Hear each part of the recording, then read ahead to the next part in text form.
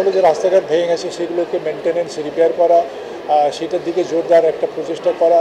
বাজেটের স্বল্পতা স্বাভাবিকভাবেই থাকবে, হঠাৎ করে বন্যা এসছে সেটার কারণে, যেটা কোনো সময় আসেনি, আর অতিবৃষ্টিও হয়েছে, সেই বিষয়গুলো নিয়ে।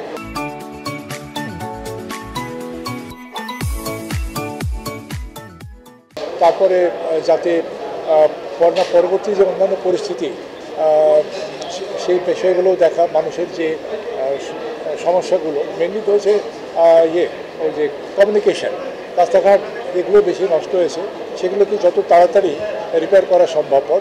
তখন গ্রামীণ পর্যায় থেকে একবারে শহর পর্যায় পর্যন্ত কমিউনিকেশন হচ্ছে মোস্ট ইম্পর্টেন্ট। গ্রামের একটা ডিম বা একটা মুরগি বা একটা সবজি শহরে তখনই আসবে যদি রাস্তাঘাট ভালো থাকে। সেই জন্য আমরা রাস্তাঘাট রিপেয়ারের উপরে বেশি জোর দিয়েছি, গ্রামের উন্নয়নের দিকে জোর দেওয়া হয়েছে।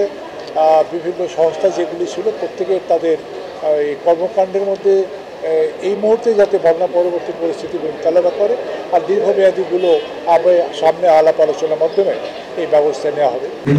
জেলা প্রশাসন চট্টগ্রাম কর্তৃক আয়োজিত স্থানীয় সরকার বিভাগ ভূমি মন্ত্রণালয়ের মাননীয় উপদেষ্টা জনাব এ.এফ. হাসান আরিফ মহোদয়ের সাথে জেলা প্রশাসক ও জেলা ম্যাজিস্ট্রেট ফরিদা খানম উপস্থিত রয়েছেন, ছাত্র সমন্বয় এবং সাংবাদিকবৃন্দ।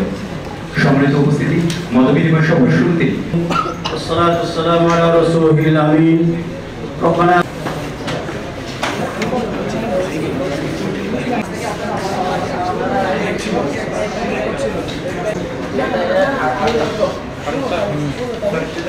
স্যার